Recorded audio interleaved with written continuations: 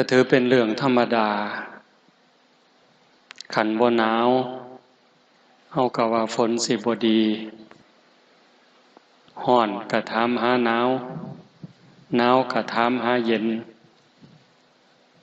สิเอาอีกเอาพอดีก็จักพอดีมันอยู่บนใดใกล้เข้าใจว่านี่คือธรรมชาติอากาศภายนอกมีร้อนมีหนาวบัดภายในใจเฮาเด้ก็มีร้อนคือกันมีเย็นคือกันมีสงบมีวุ่นวาย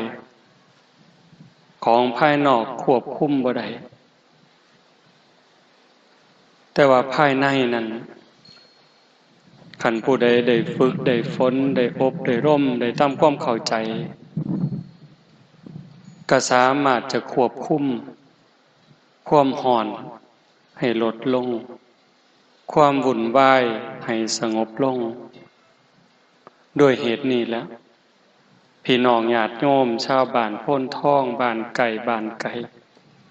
ผู้ใฝ่ในบุญในกุศลผู้หักในคุณงามความดีผู้หวังความเจริญรุ่งเรืองแห่งจิตวิญญาณก็จังได้ตุ่มได้โฮมกันเฮ็ดงานปฏิบัติธรรมขึ้นมาเว้าหลายๆทีว่าเฮาเฮ็ดงานแนวนี้บ่แม่นว่าเฮาสิเฮ็ดงานเอาบุญอย่างเดียวเบื้องต้นเฮาก็คิดว่าเฮ็ดงานเอาบุญนั่นล่ะบุญสื่อว่าความสุขความสงบความดีความงามนำมาซึ่งความสำเร็จในชีวิตสิ่งที่เฮาหวังเฮาอยากได้ในเรื่องราวของความถูกต้องดีงามที่มันสิเป็นไปได้สมหวังอย่างคิดอันนั้นคือบุญเป็นผู้ส่งเสริมเป็นผู้ชักใยเป็นผู้กำกับอยู่เบื้องหลังแต่พอโดนไปหลังจากเฮาได้ศึกษาได้ยินได้ฟังได้ประพฤติปฏิบัติได้ทำความเข้าใจก็ยกระดับจากงานบุญธรรมดามาเป็นงานศึกษางานเรียนรู้งานฝึกงานฝนงานอบรมบ่มจิตบ่มวิญญาณสูงขึ้นไปกว่านั้นเข้าใจหลายกว่านั้นงานจังสี่คืองานสิขูดเก่าเผาล้นถอดถอนกิเลสตัณหาความโกรธความหลง ความอิจฉาริษยาอาฆาตพยาบาทจองเวรหน่อยเหนือต่ำใจที่มันเคยข่มเหงดวงจิตดวงใจนี่ให้มันอ่อนกำลังลง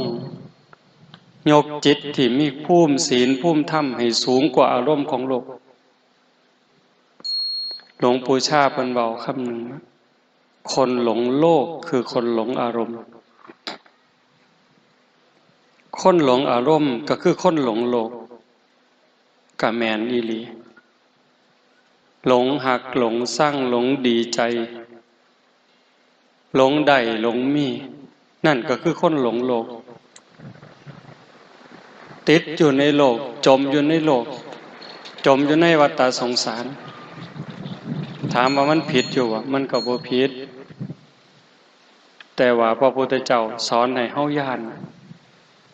านโทษภัยของวัฏสงสารโทษภัยของการเวียนว่ายตายเกิด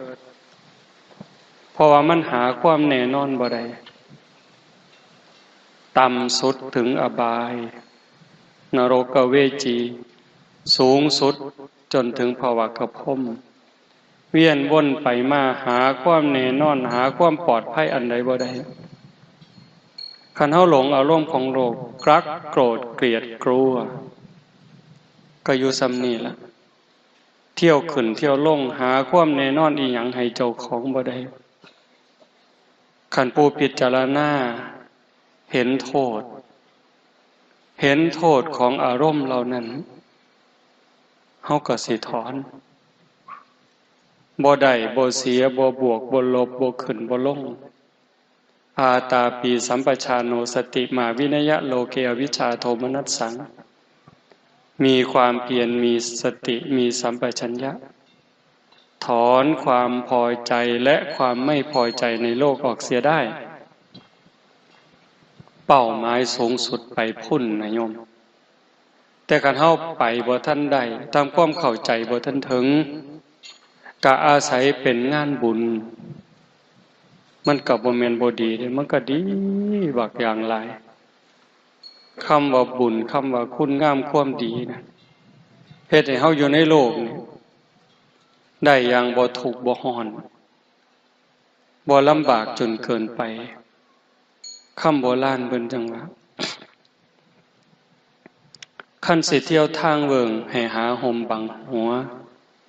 คันสิเที่ยวทางไกลไถถงให้มีพร้อมคันสิไปทางหน้าให้หาทิ้งบังใหญ่ตักน้ำไว้เต็มบังจังค่อยไปทิ้งว่าไว้บังใหญ่คือโตเฮาวัฏฏะสงสารนั้นใหญ่ยาวเข้าเยินกองบุญสร้างกุศลแห่คิดหำทางหน้าพุ่นผัดยังกวงกว่าหลังศีลนั่นเป็นห่มกังคันยู่ใหญ่บังหัวท่านนั่นเป็นเสบียงใส่ถงให้มีพร้อมแม่นสิไก่ยาวเยินภาวนาตักน้ำใสไก่ปันไดกะบ่ยานทิ้งบังได้เติมเต็มปู่ย่าตายายเพิ่นสอนลูกสอนหลานเอาคำสอนของพระพุทธเจ้ามาเป็นกรอบเป็นขั้นล่องเป็นแสงสว่างหากเขายังหักการเวียนว่ายตายเกิดถึงว่าบ่ได้หักแต่มันสลัดบ่ออกมันไปบ่รอดพอมันถอดถอนกิเลสตัณหาออกบ่ได้ก็ขอให้อาศัยคุณงามความดีคันยังสิต้องเกิดต้องตายก็ขออาศัยบุญกุศลขั้นสิเที่ยวทางเวิงว่างกว้างไกลคือทงกุลากันแต่สมัยก่อนเพิ่นเอิ้นทงกุลาเอิ้นทงปูปาหลานตามาก็ได้ยินผู้เฒ่าเพิ่นเว้า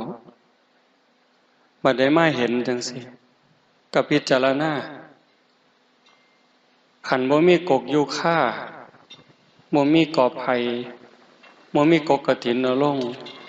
มันก็คือสิเป็นเดินอย่างเดียวกันแต่สมัยก่อนคันเฮาสิเที่ยวทางเวิงว่างทางเดินกว้างไกลแบบนั้นบ่มีต้นไม้กลางทะเลทรายแต่ว่าเฮาต้องย่างเพื่อให้มันขวมจากฝากนี้ไปสู่ฝากนั้นมันสิร้อนปานใดมันสิทรมานปานใดอาจสิตายกลางทางก็ได้แต่ว่าการเตรียมตัวการเตรียมเนื้อเตรียมตัวสำหรับการสิเดินทางข้ามทะเลทรายข้ามทินที่เวิ้งว่างบ่มีต้นไม้บ่ฮู้ว่ามื้อใดสิก้าวข้ามสิผ่านพ้นไปได้การเตรียมตัวก็ต้องมีเทิงคันห่มคันยู่เทิงห่อข้าวเทิงห่อน้ำแดดร้อนมากก็กั่งคันห่มขึ้นฝนตกมากก็กั่งคันห่มกันแดดกันฝนกันคันห่มกลางแดดร้อนบ่โยมร้อนคือกันแต่มันบ่ร้อนแห้งเพราะมันมีสิ่งกั้นสิ่งบรรเทาผ่อนหนักให้เป็นเบาฝนตกเปียกบ่กั่งคันห่มเปียกคือเก่าแต่มันบ่เปียกแห้งละอองฝนตัวมันสาดตัวมันปลิวเข้ามาก็เปียกผ้าเปียกแพร่เปียกเนื้อเปียกตัวได้แต่ก็บ่โชกไปคือกับตากฝนโดยตรงนั่นคือมีคันห่มคันยู่กันห่อข้าวห่อน้ำล่ะเมิดเหือเมิดแห้งอ่อนหลาหิวก็อาศัยไขห่อข้าวนั่นมากินแล้วก็ต้องมีกำลังเพิ่มขึ้นกระปรี้กระเป๋าขึ้นสดชื่นขึ้นย่างต่อไปได้ก็สิบ่ตายท่ามกลางทะเลทรายนั้นกลางทงกลางบานั้น น้ำล่ะมีคันห่มแล้วมีหอเขาแล้วขันบ่มีน้ำกลับไปบ่รอดคือเก่าอาศัยน้ำได้กินแก่กระหายจิบแก่กระหายกินข้าวแซ่บแล้วอิ่มแล้วก็ต้องกินน้ำเพราะสังขารร่างกายจะต้องเป็นไปด้วยธาตุทั้งสี่ดินเติมดินน้ำเติมน้ำลมเติมลมไฟเติมไฟน้ำก็เป็นปัจจัยหนึ่งขาดอาหารอาจสิ3 มื้อ4 มื้อหรือเป็นเดือนจังตายแต่ว่าขาดน้ำล่ะ3 มื้อ5 มื้อก็หมดชีวิตลงคันเฮามีทั้งหอเขามีทั้งคันยูมีทั้งกระบังน้ำเฮาก็สามารถสิไปรอดปลอดภัยข้ามทงข้ามทะเลทรายจากฝากนี้ไปสู่ฝากนั้นได้ปู่ย่าตายายเพิ่นถึงสอนลูกสอนหลานคันเฮายังสิต้องเวียนว่ายตายเกิดตัดกิเลสถอนตัณหาออกจากจิตจากใจบ่ได้ก็ขอให้ได้อาศัยการเก็บเกี่ยวสัมภารธรรมเก็บกรรมบุญกุศลสร้างที่เพิงให้กับดวงจิตดวงใจเพิ่นจึงบอกว่าคันสิเที่ยวทางเบิ่งให้หาห่มบังหัวห่มคือศีลศีลคือความสำรวมระวังรักษากายวาจาใจนั้นให้มันมีความสงบเป็นปกติศีลเป็นอุบายออกจากการเบียดเบียนตนเองและผู้อื่นพ่อได้โยมคันโลกทั้งใบคนทั้งโลกนี่มีศีลสงครามบ่เกิดการเอารัดเอาเปรียบกดขี่ข่มเหงบ่เกิดการฉ้อโกงบ่เกิดโรคเครียดโรคประสาทโรควิตกกังวลสิหน่อยลงการฆ่าตัวตายสิบ่มีแม่นบ่แม่นอย่าท่านเสือโยมพิจารณาเด้ดีปานใดคุณศีลคุณธรรมที่ลูกต้องเป็นกำพร้าก็ย้อนพ่อแม่บ่มีศีลน้องอ้ายได้ประกาศตัดพี่ตัดน้องบ่เผาผีกันก็ย้อนบ่มีศีลบ้านเมืองล่มจมเพราะเศรษฐกิจบ่ดีเศรษฐกิจบ่ดีก็ย้อนบ่มีศีลบ่มีธรรมนี่เด้เฮือนใกล้กันสั่งกันย่างสวนกันนำทางบ่ถามกันหน้าบูดหน้าเบี้ยวหันหน้าเขาคนละหัวนั่นก็ย้อนบ่มีศีลเด้ทุกข์ในโลกนี่แล้วก็บ่พอทุกข์ในโลกหน้าอีกคันบ่มีศีลเด้ทุกข์ในโลกหน้าคันบ่ผิดศีลเอาเป็นชาวบ้านก็ตาม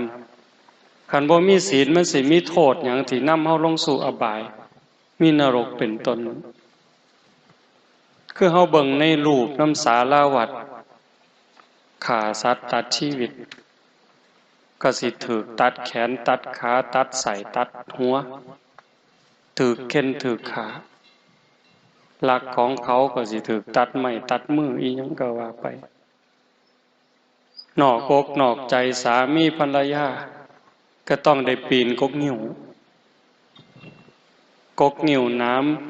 ำมีหมาสิไล่คบไล่กินขึ้นไปถึงๆก็กาศพเล็กศพทองหยุดอยู่กลางๆในนิรยาบาลก็สิเอาหอกเอาแหลนเอาเหลาทิ่มแทงก็ต้องพยายามปีนขึ้นไปกาสิซิกสิจิกสิกัดสิตอดก็ต้องถอยลงมาข้างล่างม้าก็สิกัดปีนขึ้นปีนลงอยู่จังซั่นมันสิแม่นบ่แม่นจริงบ่จริงเห็นซ้ำนั่นเฮาก็ย้านนั่นคันบ่ผิดศีลข้อ3เรื่องปีนต้นงิ้วมันก็บ่มีในความคิด คำว่าบาดระแวงคำว่ากลัวคำว่าย่านมันก็บ่มีในใจเฮาขันบ่ขีดตัวยุย่องให้คนผิดกันเว้าคำหยาบส่อเสียดเพ้อเจ้อใส่ร้ายป้ายสีเฮ็ดให้คนอื่นเสียหายเฮาก็บ่ต้องย่านสิต้องถูกตัดลิ้นขันบ่ดื่มเสพเครื่องดองของเมาเฮาก็บ่ต้องย่านเอาครีมเหล็กคีบปากแล้วก็บวยตักน้ำทองแดงกอกปากเฮาก็บ่ต้องคิดย่านถึงปากเว้าว่าบ่เชื่อแต่ว่าใจนี่ส่วนลึกๆมันก็หวาดระแวงอยู่เด้กลัวอยู่เด้นั่นคือบาปจากการผิดศีลคันเว้าตามคำสอนของศาสนาวิบากกรรมที่สิตามมาไปสู่อบายนรกเปรตอสุรกายสัตว์เดรัจฉานใส่บาปใส่กรรมสมควรแล้วเบาบางแล้วหมดเวลาแล้วกลับมาเกิดเป็นคนใหม่ถ้าหากเบียดเบียนสัตว์รังแกสัตว์ก็สิกลายเป็นคนพิกลพิการแข่งบ่ล่าขาบ่เกิงมือขาดขาขาดหูหนวกตาบอดตั้งแต่เกิดบางเถื่อก็บ่ตั้งแต่เกิดใหญ่มาสำนึงก็เกิดอุบัติเหตุต้องกลายเป็นคนพิกลพิการนั่นคือบาปผิดศีลเนี่ยลักเขาป่นเขาจี้เขาโกงเขาคอร์รัปชันโกงกินก็กลายเป็นคนจนโกงได้เป็นร้อยล้านพันล้านหมื่นล้านแสนล้านแต่ก็อยู่บ่เป็นสุขอยู่คือกับนอนไฟลูกก็บ่ดีคนรอบข้างก็บ่ดีบัดสุดท้ายขันกรรมมันตามท่านบุญเก่าสร้างไว้บ่หลายแน่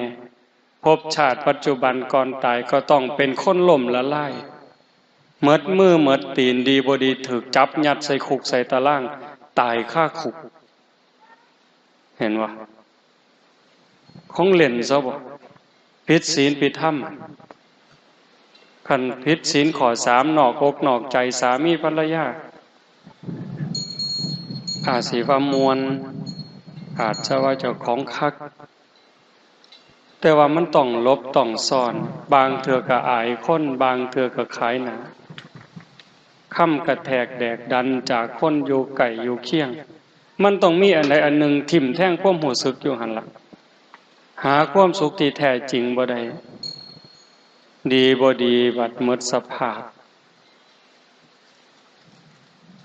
ลูกเก่าเมียเก่าหอนเมียใหม่ผัวใหม่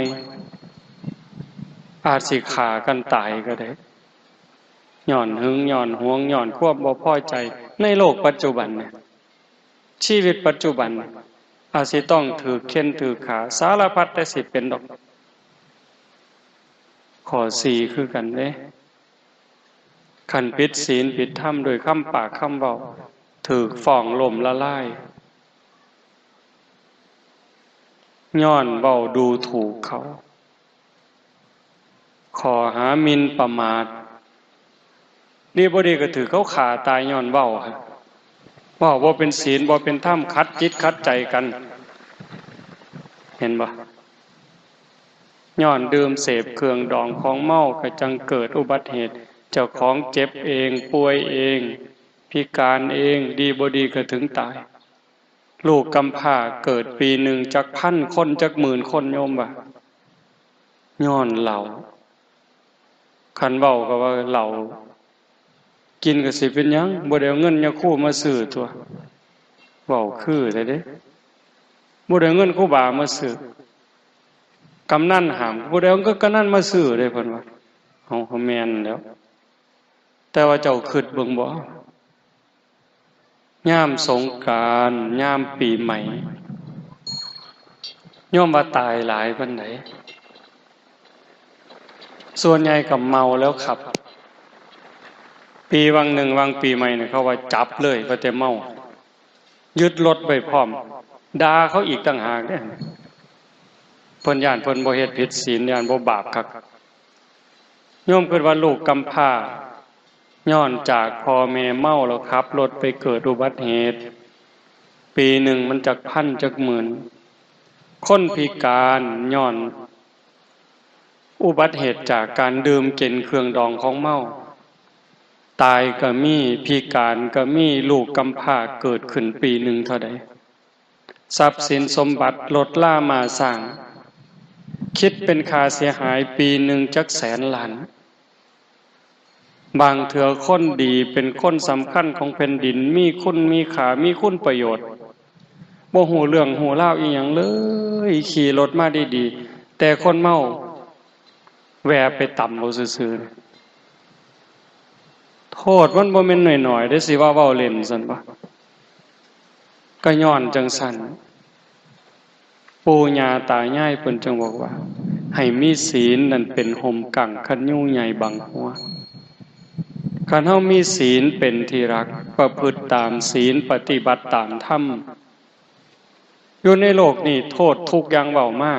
ก็สิบ่เกิดคันถ้าทุกคนในโลกมีศีลทุกอย่างว่ามาสิบ่มีจากการพิกลพิการยากจนลำบากนอกอกนอกใจสามีภรรยาต้องลบต้องซ่อนต้องขายหน้าขายตาลูกไปทางแม่ไปทางพ่อไปทาง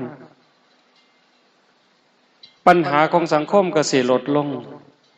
เห็นอยู่ตัวการแตกร้าวสามัคคียุยงให้เป็นฝักเป็นฝ่ายคือประเทศไทยวาง 3-4-5 ปีที่ผ่านมามันก็สิบ่เกิดคันเว้าแต่ความจริงใจมีแต่ความปรารถนาดีต่อกันบ่ใส่ร้ายบ่ป้ายสี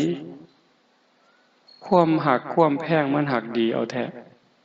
แต่ว่าเนื่องจากบ่มีศีลเห็นแก่ประโยชน์ส่วนตัวแก่หมู่แก่พวกแก่พ้องก็เลยทำลายศีลทำลายธรรมสีเลนะสุขติงยันติ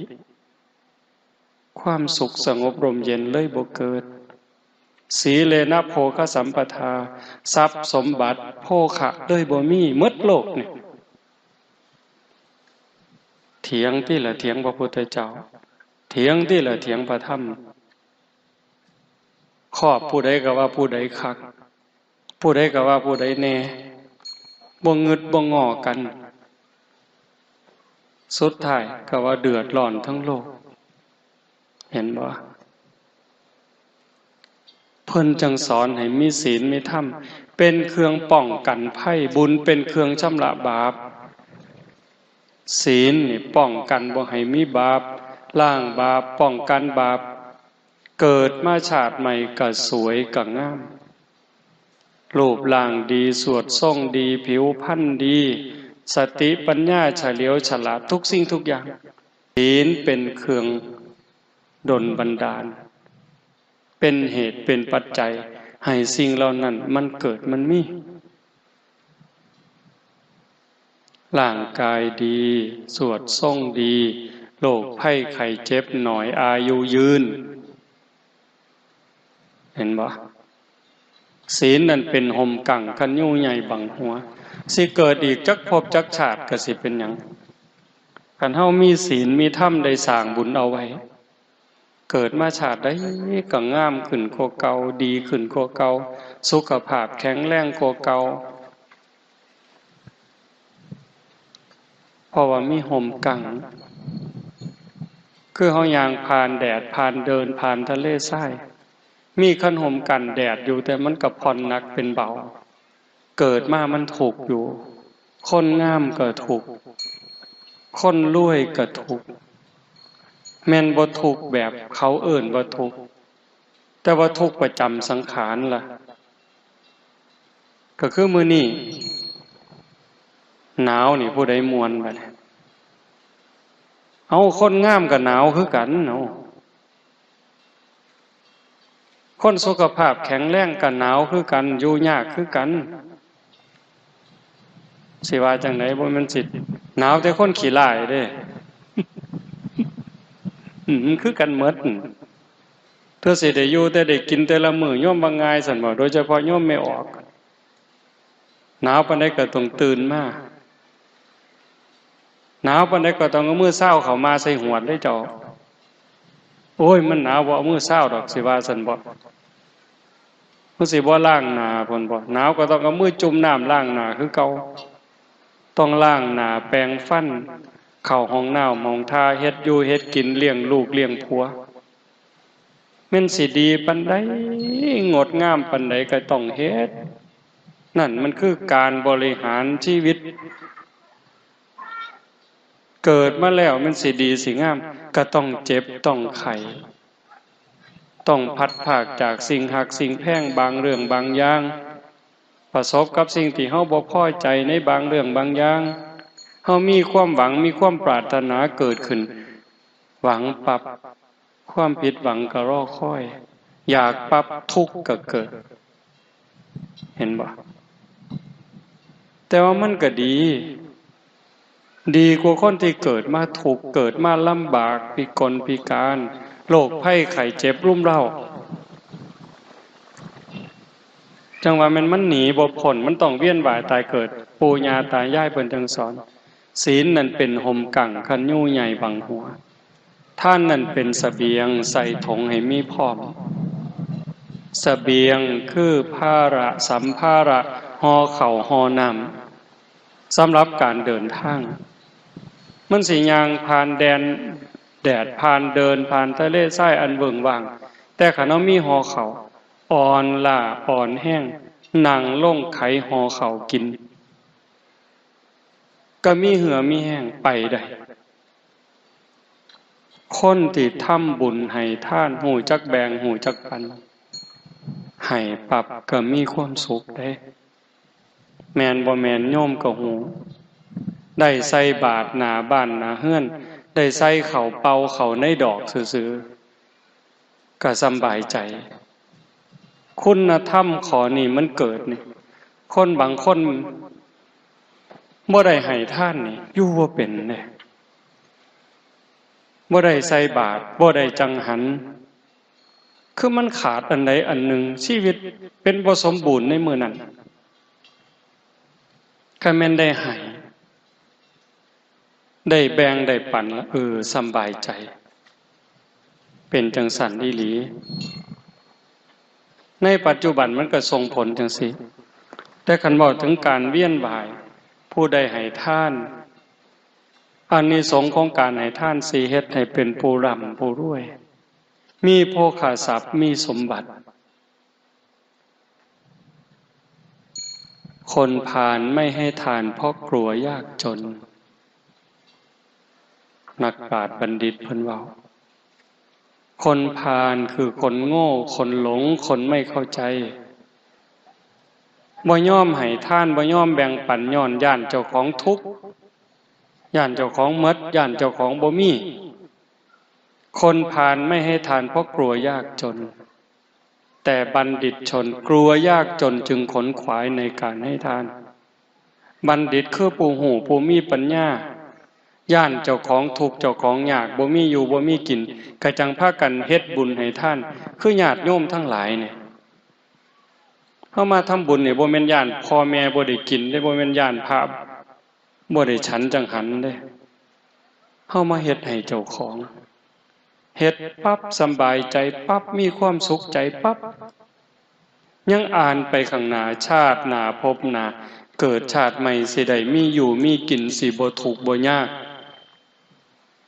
เคยได้ยินอยู่ตัวพระอนุรุทธะไปเล่นลงขนมกันแต่เล็กหน่อยขนมแสบๆไปเล่นมาได้ก็สู่หมู่บ่ได้ก็ต้องเอาขนมให้หมู่บ่ได้กินแล้วว่าขนมมันแสบมันเจ้าของได้ซิมเบิ่งก็เลยมาขอแม่ต่อว่าแม่ขอกินขนมก็ย้อนจังสันเพิ่นก็เลยอธิษฐานไว้ตั้งแต่อดีตชาติเนาะเกิดชาติใดพบใดคำว่าบ่มีอย่าให้เกิดขึ้นอย่าให้มีกับผู้ขาคำว่าบ่มีอยู่บ่มีกินอย่าให้เกิดขึ้นจักเถื่ออย่าให้ได้ยินคำว่าบ่มีนี่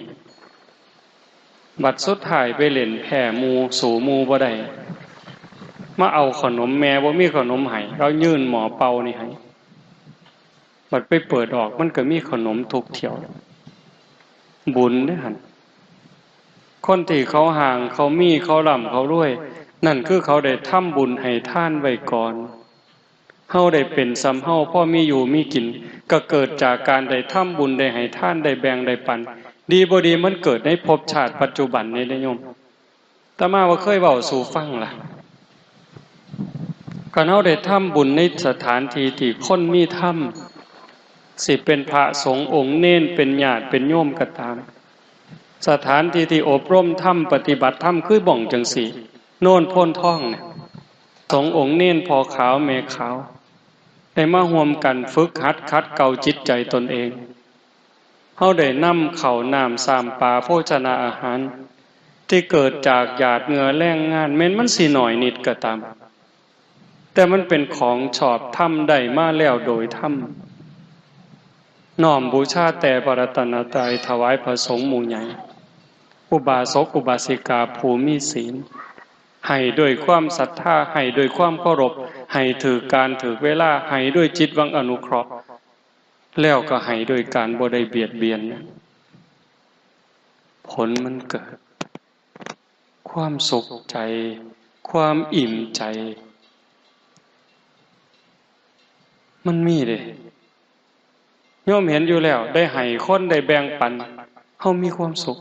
ยิ่งให้คนที่เฮาฮักให้คนที่เฮาศรัทธามันเกิดความเอิบอิ่มเรื่องทรัพย์สมบัติที่มันสิตอบสนองย้อนมานั่นตมากะเสือ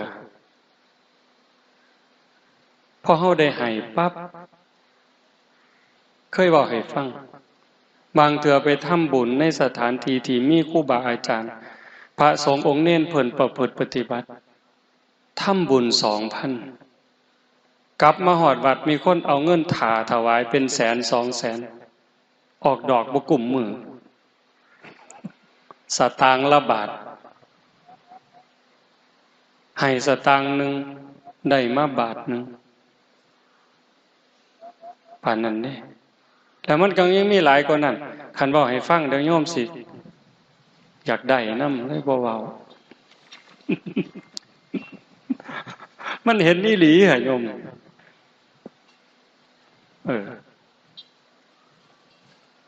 คันเฮามีจังสั่นก็คือเฮามีหอเข้าในการเดินทาง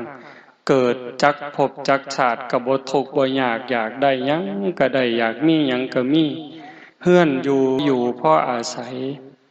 มีรถลามาสร้างการเดินทางก็บ่ลำบากอยากหยังก็ได้กินเหลียวลงหน้าก็มีหน้าเจ้าของเลี้ยวขึ้นโคกก็มีไห้เจ้าของมีสวนเจ้าของลูกก็ดีผัวก็ดีเมียก็ดีเกิดจากบุญทั้งหมดคันเฮาได้เจริญภาวนาได้ฟังเทศน์ฟังธรรมได้ทำความเข้าใจจังซี่สิมาเกิดจักภพจักชาติก็ตามก็กลายเป็นคนมีสติมีปัญญามีความเฉลียวฉลาดรอบคอบ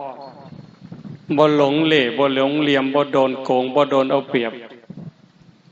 คันคนบ่ฟังเทศน์ฟังธรรมบ่ได้เจริญภาวนาก็โง่ไปถูกตัวถูกต้มนักเข้าไปกว่านั้นปัญญาอ่อนนั่งอยู่ใส่น้ำลายเหยโยดอยู่กันคือบ่ว่านั้นดังนั้นการได้ฟังเทศน์ฟังธรรมบ่แม่นเรื่องเล่นอันซุ่มบ่พอปัวนี่เพิ่นว่าของฟรีนี่บ่มักฟังเทศน์บ่มักของฟรีฟังเทศน์กับฉีดยาวัคซีนที่แท้การฟังเทศน์นี่เฮ็ดให้เกิดปัญญาถามซุ่มแม่ใหญ่พ่อใหญ่ที่นั่งอยู่นี่โง่วันใดฟังเทศน์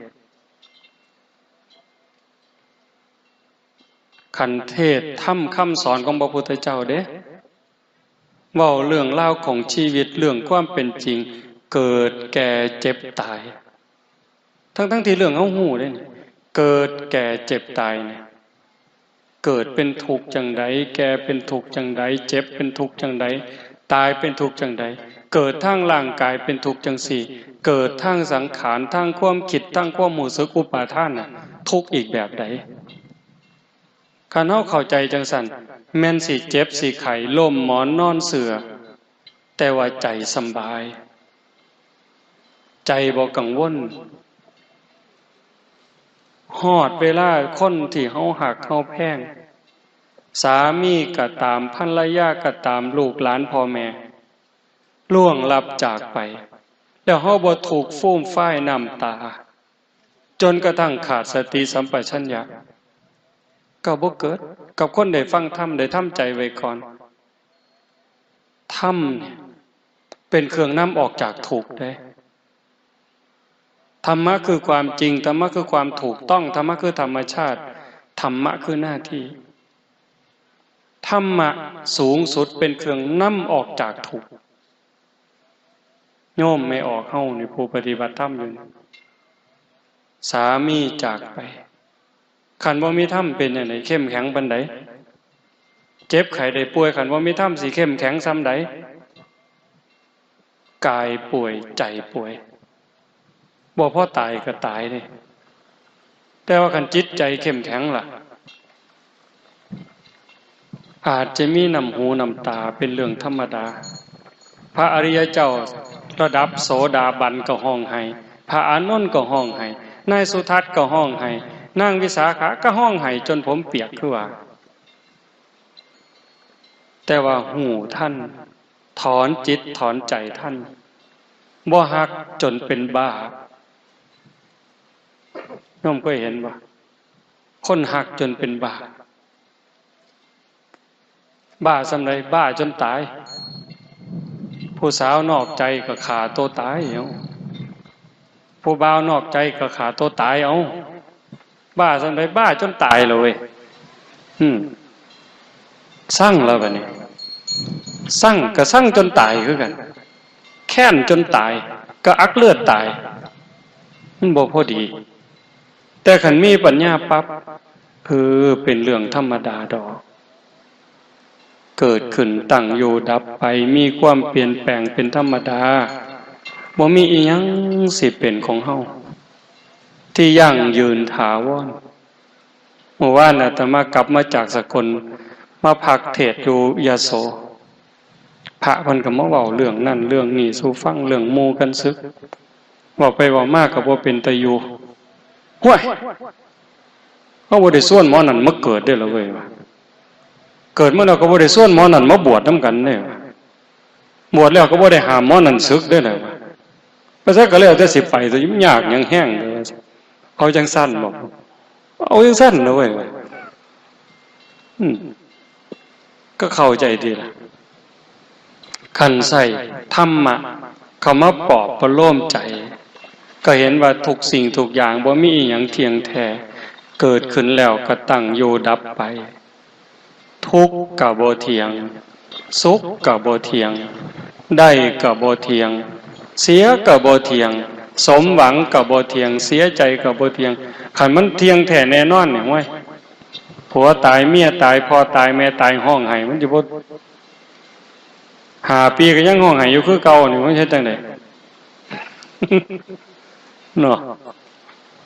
ก็เห็นสภาพความเป็นจริงจังซี่ว่าหมู่บ้านเนี่ยแต่มาคิดจากหัวจักมันคิดจังได๋ดอกหมู่กันมากล่าวแล้วก็ยับมาไกลๆเบิ่งห้อยบ่ยับไปนะเพิ่นว่าสิเป็นหยังเด้อนี่ห้อยยับมาเบิ่งบ่ยับดอกเป็นหยังอาตมาก็ถึงเว้าถึงหัว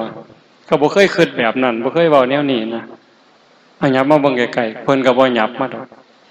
โดนเติบนั่งเศร้ามีแห้งอาตมาก็เลยย่างอ้อมไปทางหลังเลี้ยวเบิ่งหัวโอ้โหหัวงอกเลยว่ะเฒ่าโยมคิดหลายอยู่เด้ไปอยู่พม่าบ่ได้โกนผมเลยเห็นผมงอกเจ้าของก็เลยสิเบิ่งหมู่ว่าผู้ใดไปนำกันหลายแน่แล้ว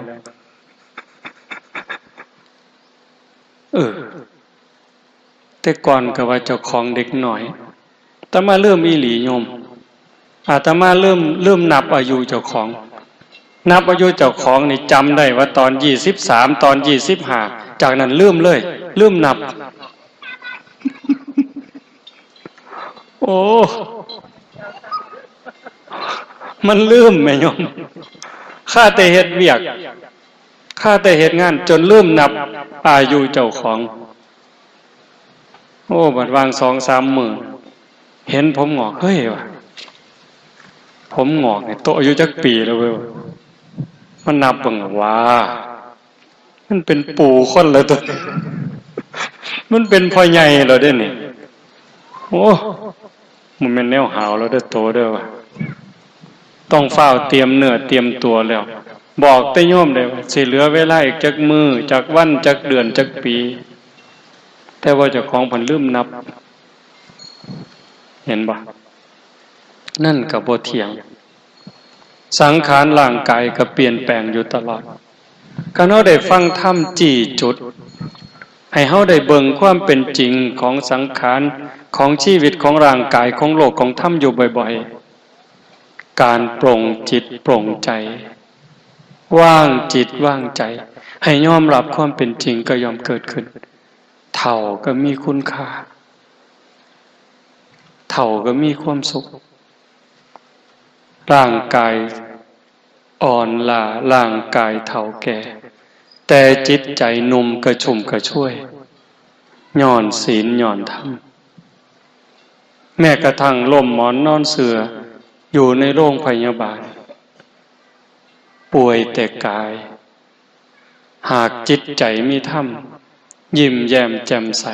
รักษาโรคภัยไข้เจ็บหายได้แต่มายกตัวอย่างหลายคนล่ะโยมเคยได้ยินนะหลวงพ่อปัญญานันทมุนีเจ้าอาวาสวัดชลประทานเป็นมะเร็งลำไส้หมอเขาขีดเส้นตายบ่เกินมิถุนายน2553มื้อนี้หลวงพ่อแข็งแรงหมอซุ่มมาหลวงพ่อสิตายหลายคนมื้อนี้แข็งแรงทำการทำงานได้ปกติไปงานนิมนต์ได้ตลอดนั่นคือเพิ่นรักษาใจนักซ้ำใดโยมว่าบอกภาษาเฮานี่เอาถงขี้ถงเหงียวออกมาไว้นอกท้อง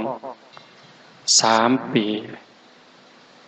ใส่เนี่ยออกมาไว้ทั้งนอกใส่ถงไว้ทั้งนอกเนี่ยวางปี56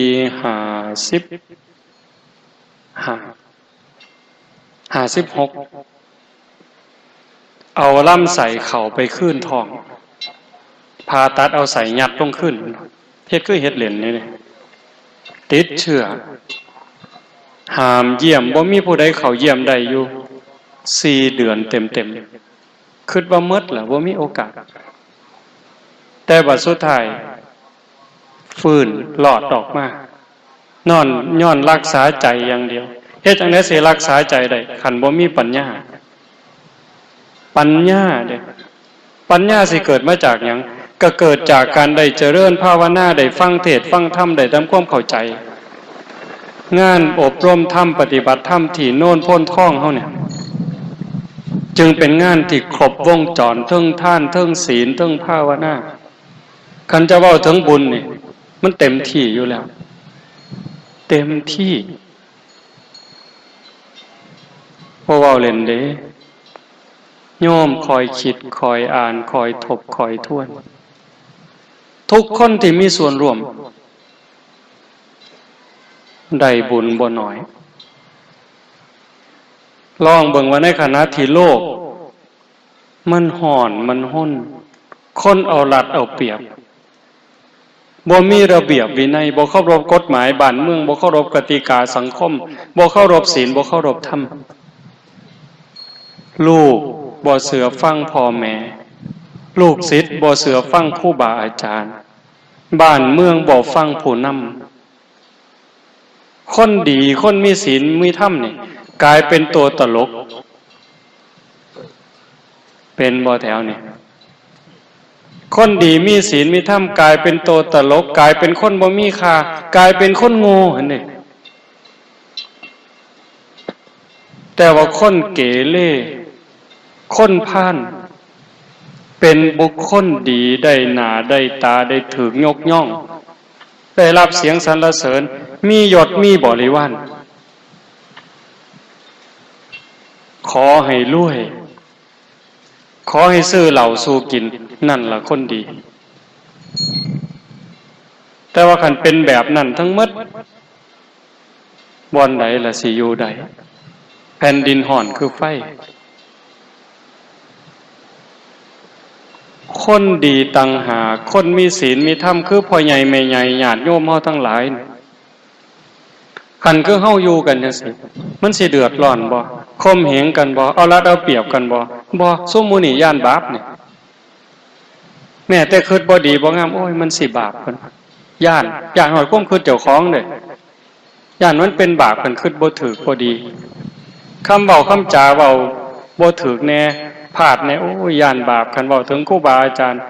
ก็ต้องขอขมาลาโทษการกระทำทางกายกับพ่อกับแม่กับพี่กับน้องคันมันบ่ถูกต้องก็ย่านบาปต้องไปกราบขอขมาได้เล่าสู่เพิ่นฟังได้สารภาพผิดคันจิตใจคนทั้งหลายเป็นแบบนี้แล้วโยมว่าหมดโลกเนี่ยว่าสินับถือพุทธคริสต์อิสลามพราหมณ์ซิกคันจิตใจคนในโลกเป็นแบบนี้สงครามมีบ่ได้ปัญหาระหว่างประเทศมีบ่ได้นั่นคืออานุภาพของศีลของธรรมธรรมะคำสั่งสอนพระพุทธเจ้าหากเป็นจังซี่ปู่ย่าตายายเพิ่นจังว่าโตภาวนาคือบังน้ำบังทิ้งหอดห่มจิกยังสิได้สวยหลังหอดห่มหั่งยังสิได้สวยหน้าหอดห่มว่ายังสิได้อาบกินได้จิบแก่กระหายขันคนมีปัญญาแม่นสิเกิดมามันสิทุกข์สิยากลำบากลำบนปานใดก็เอาตัวรอดแก้ปัญหาเฉพาะหน้าไปได้ปลดเปลื้องภาระของชีวิตไปได้งานศีลงานธรรมอาตมาจึงบอกว่า1ละเป็นงานบุญ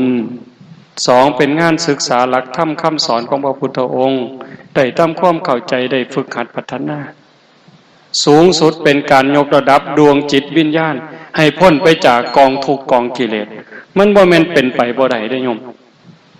มื้อนี้วันที่6 กุมภาพันธ์ 2559บ่แม่นว่าการประพฤติปฏิบัติสิบ่มีผลธรรมะเป็นอากาลิโกปฏิบัติได้ให้ผลได้ไม่จำกัดการเอหิปัสสิโกเป็นสิ่งที่เรียกให้มาดูท้าพิสูจน์สันทิฏฐิโกผู้ศึกษาและปฏิบัติจะพึงเห็นได้ด้วยตนเองแม่ขาวพอขาวผู้บาอาจารย์ผู้ได้มานั่งเจริญสมาธิภาวนาได้เดินจงกรมได้หู้จักรสชาติอยู่คันเฮามีสติในอารมณ์ปัจจุบันยกขึ้นย่างไปเหยียบลงมีสติอยู่ที่เท้าซ้ายขวาซ้ายขวาหรือนั่งเบิ่งลมหายใจเข้าออกมีสติสัมปชัญญะเห็นลมหายใจเข้าลมหายใจออกชัดเจนเนี่ยจิตเฮาสลัดอารมณ์ตัดอดีตตัดอนาคตบ่หักบ่สั่งจิตเป็นอิสระอยู่กับเนื้อกับตัวนั่นคือจิตพุทธะเฮาสิเฮ็ดตัวนี้ให้หลายได้จังได๋ตื่มได้จังได๋คันจิตที่สลัด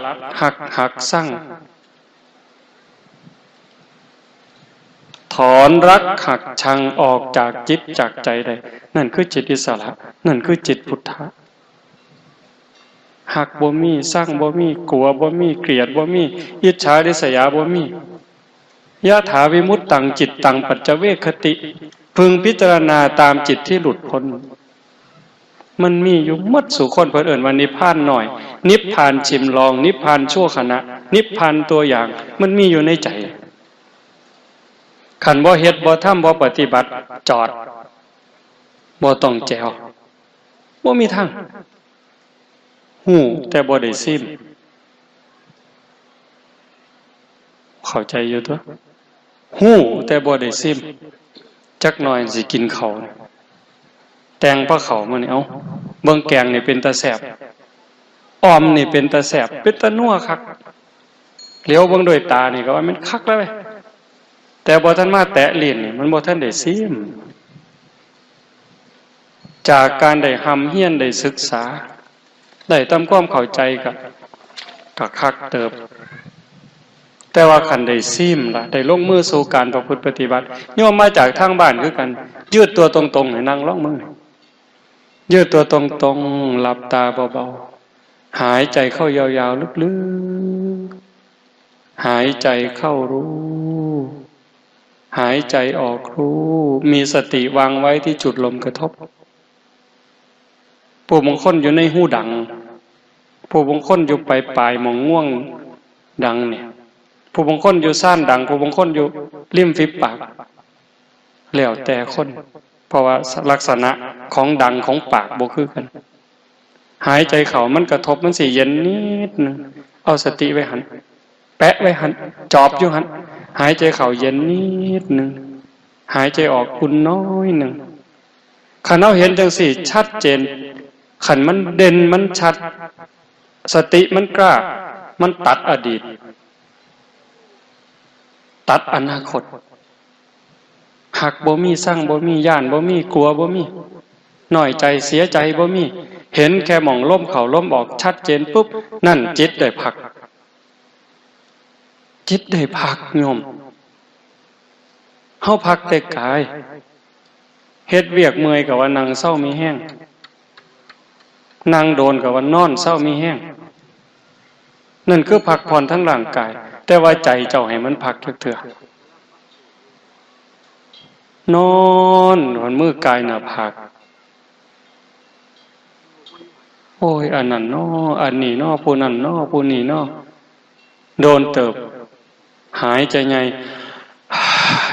พลิกตึบไปอีกครั้งนึงคึดอีกใจสิขาดอีหลีอีหลอบัดพลิกไปอีกทั้งนึงมืดขึ้นยังแจ้งนอนบ่หลับโหนั่งกินข้าวอยู่กับแกงปลาฮ้อนๆแกงไก่ใส่ใบบักขามใส่หัวสีไข่ใส่ขาอ่อนหอมห่วยๆสดแซ่บแต่ลิ้นแต่ว่าใจคิดห่วยอย่าคืนน้ำลายแม่ล่ะมันเป็นตะสดปวดไปเนาะคือใหญ่แกงไก่บ้านอายทวนแล้วบางมีทั้งหน่วยบักขามอ่อนใบบักโกดก็มีสิไข่ก็มีคาก็มีแซ่บคักแล้วเว้ยว่ะแต่ว่าใจคิดมันสิกลืนลงบ่ล่ะนั่นคือจิตมันบ่ได้พักรู้โตนมันบ่บ้ากับใจนี่บ้าได้โยมใจเป็นใหญ่ใจเป็นประธานทุกอย่างอยู่ที่ใจสำเร็จที่ใจบ้ากับใจเป็นบ้าบ่แม่นโตเป็นบ้าเด้อ่านมาบอกพี่บ้าต้องขออภัยเด้อเฮ้ยพี่บ้ามันบ่ได้ด่าคนเด้นั่นบ่ได้ด่าร่างกายเด้แต่ว่าคนบ่ฮู้เรื่องก็ว่าแต่บ่ด่าเอาโตมันนั่นเด้แต่ว่าจริงๆน่ะใจมันเป็นบ้าใจมันสุขใจมันทุกข์ใจมันร้อนใจมันเย็นใจมันดีใจมันหายคันว่าใจดีแล้วเพิ่งได้โอ้ยพ่อใหญ่นั่นเราปากให้ซื่อๆดอกหน้าเราให้ซื่อๆแต่ว่าใจเราดีเป็นจังไดบัดนี้ไผญาตินั้นว่าใจดีบ่มีผู้ใดญาติแน่นแต่ว่าโอ้ยอีนายอันนั้นเบิ่งหน้าเบิ่งตาเบิ่งรูปเบิ่งร่างงามปานนางฟ้าแต่ว่าใจดำแม่ใหญ่คันเขาว่าเจ้าใจดำแล้วเจ้าสิว่าเป็นจังไดบัดนี้งามซื่อๆดอกแต่ว่าใจดำหมดสภาพเลยบัดนี้บ่มีผู้ใดอยากใกล้ใจให้ขี้อิจฉาใจหมดเลยเฮ็ดจังได๋สิมันได้พักได้ผ่อนนะงานนี่คืองานพักผ่อนจิตพักผ่อนใจพักผ่อนวิญญาณมันจึงเป็นบุญว่าเว้าบางนึงหั่นทุกคนเพราะว่าพ่อครัวแม่ครัวลูกเต้าเราหลานเลิกโรงเรียนมาหั่นผักหั่นหญ้ามาเป็นหมู่แม่ป่าพ่อลุงเตรียมกับข้าวกับน้ำล้วนแต่มีส่วนร่วมในบุญในกุศลทั้งหมดอยากมีแนวเว้าหลายๆจริงๆมันหลายแห้งดอกสิมาแก้มือสิแก้คักแก้แนวเว้ยมื้อนั้นบ่แม่นอาตมาลืมเลยโยมอาตมาเขียนกระดาษไว้ว่ามันที่5คักๆเลยเดี๋ยวนี้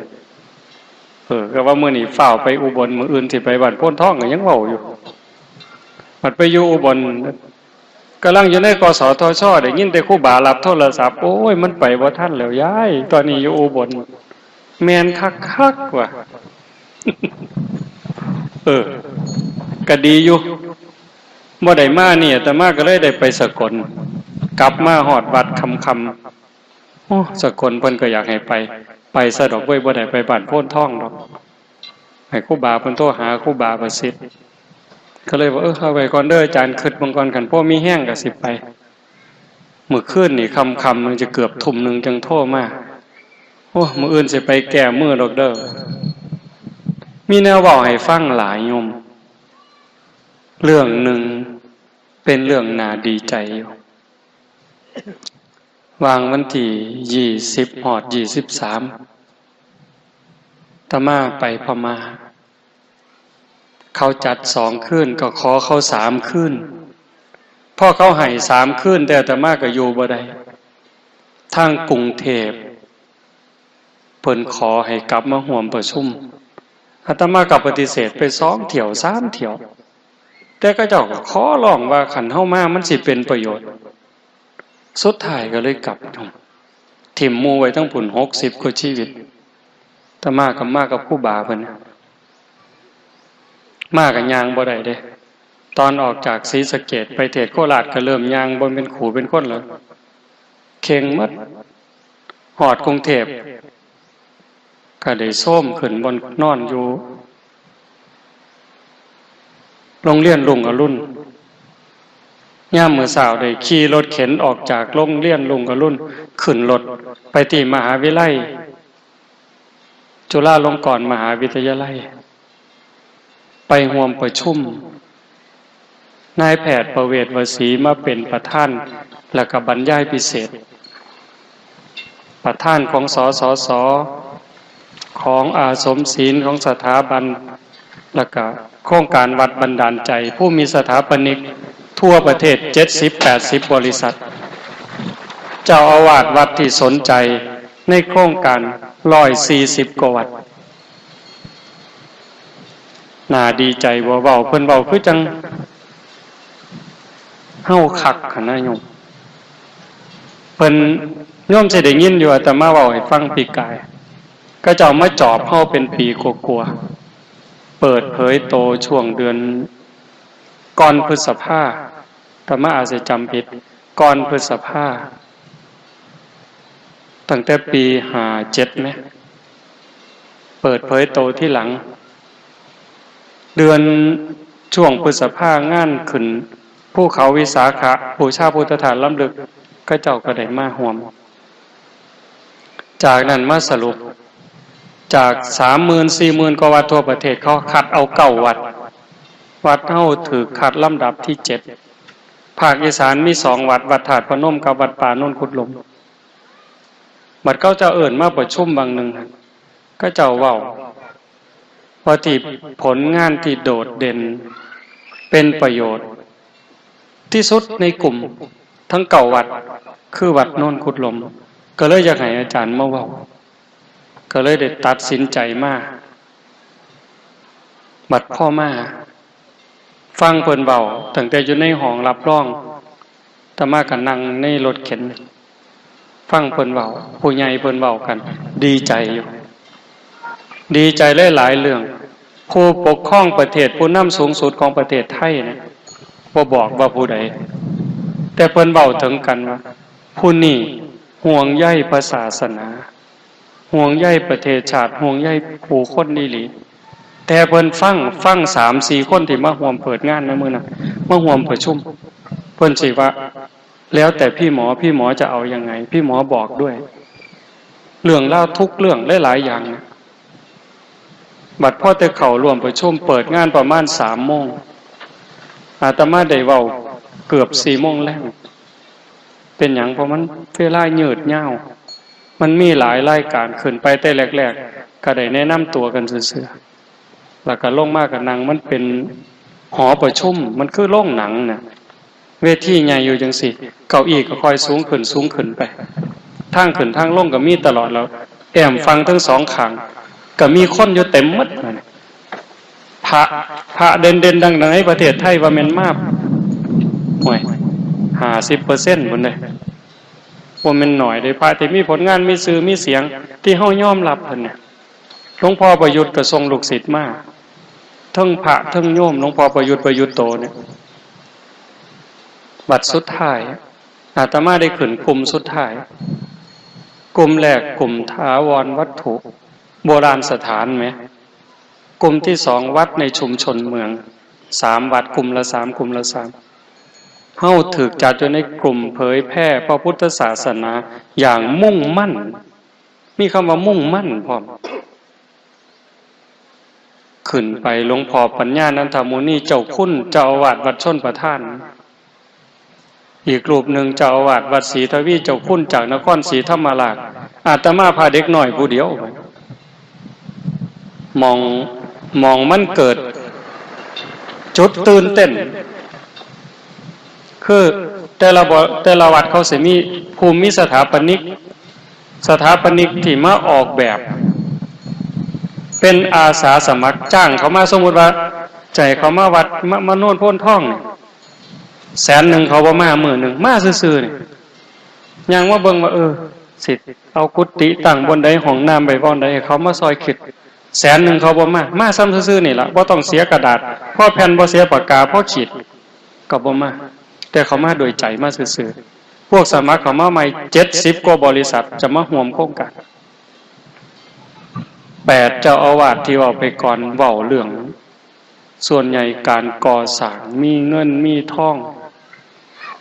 10 ล้าน100 ล้านหลวงพ่อวัดปัญญาเพิ่นก็เว้าปัญหาเพิ่นคือหม่องจอดรถบ่พอทุกวันอาทิตย์คนเข้าวัดประมาณ 5,000 คนต่อมื้อหม่องจอดรถบ่มีหลวงพ่อเพิ่นว่าปัญหาเพิ่นรีบด่วนคือต้องสร้างตึกจอดรถเฮ็ดจังได๋บัดนี้สถาปนิกก็ต้องคุยนำแต่ละกลุ่มแต่ละวัดบัดมาฮอดอาตมาเขาก็ถามทุกรูปเขาก็ถามโจทย์ของหลวงพ่อโจทย์ของพระอาจารย์คืออะไรบัดมาถามอาตมาโจทย์ของพระอาจารย์คืออะไรมีกี่ข้ออาตมาว่าข่อยบ่ฮู้ว่าข่อยมีโจทย์จักข้อคันนับเป็นข้อข่อยก็บ่ฮู้คันใช้มีข่อยเอาข้อเดียวขอบักใหญ่คือเฮ็ดจังไดคนในโลกนี่สิฮู้ว่าเจ้าของเป็นคนในโลกนี่สิฮักกันคนสิมีศีลมีธรรมได้จังไดนี่คือโจทย์ข่อยจังเฮ็ดงานบ่ฮู้เช้าฮู้ค่ำบ่ฮู้อีหยังควรเฮ็ดก่อนเฮ็ดหลังข่อยคุบอันใดได้ข่อยคุบเลยมือคบก็คบปากก็กัดเบิดพ่อแต่ว่าจังซั่นสถาปนิกโยมหมีบริษัทไอซอล่าเพิ่นก็ว่าเพิ่นมาวัดเฮาแต่แรกสิเอาหยังไปต่อสู้คันว่าเป็นการแข่งขันกับอีก8วัดเฮามีแต่ต้นไม้มีแต่ความยากจนเพิ่นก็บ่มีแนวสู้แต่มาเห็นแม่ใหญ่เฮานั่งอยู่ในเฟื่องจังซี่1 เดียวนอกนั้นเขานั่งตึกนั่งห่างนั่งทับเงิน100 ล้านแต่ว่าเฮานั่งทับเฟื่องมานะเห็นแม่ใหญ่โยมหมีเพิ่นว่าผมละน้ำตาไหลโยมชมพู่ของอาสมศีลคือกันเห็นคุณย่าคุณยายมาบริจาคเงิน20 บาทบริจาคเงิน20 บาทแล้วยิ้มอย่างหน้าตาบานนะมันเป็นไปได้อย่างไรเขาบ่เคยเห็นนะโยมเขาเห็นแต่คนท่านพันท่านหมื่นท่านแสนนั่งเถื่อท่านเถื่อละแสนก็ยังนางหน้าบูดบูญูดอยู่อันนี้ท่าน20 บาทเรายิ้มแป๋ยิ้มแป้นอาตมาก็ได้ที่โยมทุกท่านก็คงจะเคยได้ยินว่าศรีสะเกษนี่ยากจนกระทั่งกินดินก็เป็นข่าวมาแล้วก็เลยบอกชาวบ้านเฮายากจนจากก่อนชาวบ้านก็บ่เป็นแนวนี้ได้เข้าวัดเขาว่าฮักวัดฮักว่าฮักคุณงามความดีแต่มื้อนี้สิไปวัดก็ลำบากเป็นหยังหนี้สินรัดเขาหมู่เจ้ารวย100 ล้านก็ซื้อน้ำตาลโลละ10 กว่าบาทกับแม่ใหญ่ข่อยผู้เป็นหนี้นี่ล่ะซื้อราคาเดียวกัน สบู่ราคาเดียวกันยาสีฟันราคาเดียวกันน้ำปลาราคาเดียวกันแล้วชาวบ้านข่อยทุกข์นี่มันย้อนไปย้อนบ่มีศีลบ่มีธรรมย้อนการเอารัดเอาเปรียบมือไผเหย้าก็สาวได้สาวเอาสิเฮ็ดจังได๋สิแก้ปัญหาจังซี่จังได๋ให้เว้ยคนเงียบเลยบ่ตอนนั้นพอแต่ลงจากเวทีมาโยมลงพอประยุทธ์มากราบย่างลงจากนี่มานั่งซ้ำนี่เราก็สิเบิ่งบ่คักซั่นบ่มากราบแล้วพระอาจารย์มาจากวัดป่าโนนกุหลมใช่ไหมใช่โยมมีอะไรโยมร้องไห้เพิ่นว่าไม่ใช่แต่โยมนะทั้งหมดดูนั่งบนมันนั่งเป็นสันอยู่ใกล้ๆโยมก็เป็นเอามือปาดหน้าพระก็เป็นแล้วมันเป็นอะไรมันบอกไม่ถูกแล้วจะทำยังไงต่อไปอาตมาก็เลยบอกท่านบอกอย่างในใจอันนี้หลวงพ่อวัดประถาดพระนมกับนางฟังอยู่ข้างหลังบัดสุดท้ายมือหลังนอนอยู่เมานอนหลังจากประชุมแล้วนอนวัดปัญญาเมื่อขี่รถกลับมาค่ำๆก็เลยโทรถามโยมชมพูจะสรุปงานวันไหนสรุปวันจันทร์เขาสรุปวันจันทร์พอเขาประชุมวันอาทิตย์เขาก็พักเขาประชุมวันเสาร์พักวันอาทิตย์วันจันทร์เขาสรุปถามตอนค่ำๆเพิ่นว่าผู้ใหญ่เขาพอใจมากมีความหวังมากอาตมาก็เลยเห็นอยู่ข่อยมีแนวสิบอกหมู่เจ้าอีกแนวหนึ่งสิผ้าหมู่เจ้าปวงสิปวงน้ำข่อยบ่เห็นอีหลีโยมโครงการแบบนี้เกิดจากการย่างอ้อมศรีสะเกษมา2 ปีเห็นการสิฟื้นฟูพระพุทธศาสนาฟื้นฟูให้คนมีศีลมีธรรมสิเฮ็ดแนวใดแนวนี้ก็เป็นวิธีหนึ่งได้อีกแนวหนึ่งแต่มันอยู่กับหมอแนวมันสิได้หลายกว่านี้ย่างแต่ว่าเมื่อยเด้คืออาจารย์จะลั่นยางอันนั้นก็ได้หลายแต่มันเกินก็ได้อีกแนวหนึ่งแต่ว่าน้ำความเกิดอาตมาบ่ไปไกลอย่างอำเภอโพ้นทรายเฮานี่อ้อมอยู่นี่ล่ะจากตำบลนี่ไปตำบลนั้นอาจสิขามอำเภอไปแหน่เป็นหยังสิ่งที่เห็นปีกายเวลาเฮาไปพักบางวัดขอพักเพิ่นบ่อยากให้พักบางเทื่อเห็นหลวงปู่หลวงตาอยู่รูปเดียวนาออกพรรษาเนี่ยหลวงปู่หลวงตาอยู่ผู้เดียวนี่เหงาเด้ห่อเหี่ยวใจเด้โยมอย่าเอาเว้าเล่นเด้บางบ้านญาติโยมก็บ่หัวซาพระโอ้ยภาษาพระผู้เดียวนึงว่าหาแต่ไปก็ได้ดอกจังหันนั่นเพิ่นว่าว้ายคันลองเล่าบ่อยู่วัดแล้วเจ้าเฮ็ดจังได๋ล่ะเว้ยก็ลองว่าเรื่องเบิ่งติล่ะกำลังใจนั่นสำคัญเด้หาว่าพระบ่มีหัวใจซั่นบ่เนาะหลวงปู่เนาะพาก็เอาคนมาเฮ็ดเด้แต่บัดเวลาเฮาไปเยี่ยมบางหม่องลางเทื่อก็บ่ทันเข้าใจแพ่งศาสตร์แพ่งหมอนญาติโยมทายกก็เว้านั่นเว้านี่บัดพอเฮาทำพาทำวัดเว้าธรรมะสู่ฟังก็คล้ายยามมื้อเช้ามาจังหันก็อยากทำบุญตามประเพณีหั่นละผู้ละ5ผู้ละ10ได้ 1,000 2,000เฮาถวายคืนแบ่งถวายวัดเป็นค่าน้ำค่าไฟเครื่องนึงถวายหลวงปู่หลวงตาไว้ใช้ซื้ออยู่ซื้อยาซื้อน้ำปนะฉันเด้อยิ้มน้ำตาไหลน้ำทรงจังหันนี่อาตมาจังบ่ได้ว่าโครงการธรรมญาตราโครงการเดินธุดงค์บ่แม่นโครงการไปเยี่ยมยามพี่น้องที่บ่เคยหูจักบ่เคยเห็นหน้าบัดเฮาสิหนีน้ำตาขูได้บัดเกิดความหักความแพงความเป็นน้ำหนึ่งใจเดียวโยมวัดภูเขาทองที่อาจารย์จะลั่นเพิ่นไปพักอยุธยาเพิ่นก็คิดว่าอาตมาย่างน้ำตลอดเพราะว่าครูบาเพิ่นมาย่างน้ำอาจารย์จะลั่นก่อนย่างอาตมาได้มาให้โอวาทเมื่อนั้นเพิ่นก็ว่าสิไปแต่อาตมาบ่ได้ไปเยี่ยมจักมื้อปีนี้พอแต่เลิกจากประชุมมาออกข้างนอกอาตมาก็เว้าเรื่องนี้เพิ่นก็ว่าใช่พระอาจารย์วันที่คณะสงฆ์จะจากไปโยมร้องไห้ยิ่งกว่าแม่ตายอีกเพิ่นเพราะวัดเราวัดภูเขาทองเพิ่นน่ะตั้งแต่ก่อนน่ะเขตวัดมันไปติดน้ำเจ้าพระยาแต่มันกลายเป็นวัดห่าง มาประมาณ100 ปีบัดพอเป็นวัดห่างอิสลามมายึดเอาหน้าวัดติดกับน้ำนั่นกลายเป็นอิสลามไปครึ่งวัดมีเฮือนมีซ่านอยู่บัดคณะสงฆ์ไปพักคนก็เข้ามาดีใจได้มีความสุขโยมมีความรู้สึกเหมือนกับว่าเป็นวัดเดียวกันทั้งประเทศนั่นล่ะคือเป้าหมายนั่นคือเจตนาคันมีโอกาสประชุมอีกอาตมาก็บอกควรจะเบาเรื่องนี้ให้สนับสนุนเรื่องนี้บ่ต้องไปเรียกร้องหรอกว่าขอศาสนาพุทธเป็นศาสนาประจำชาติอาตมาท้าเลยว่า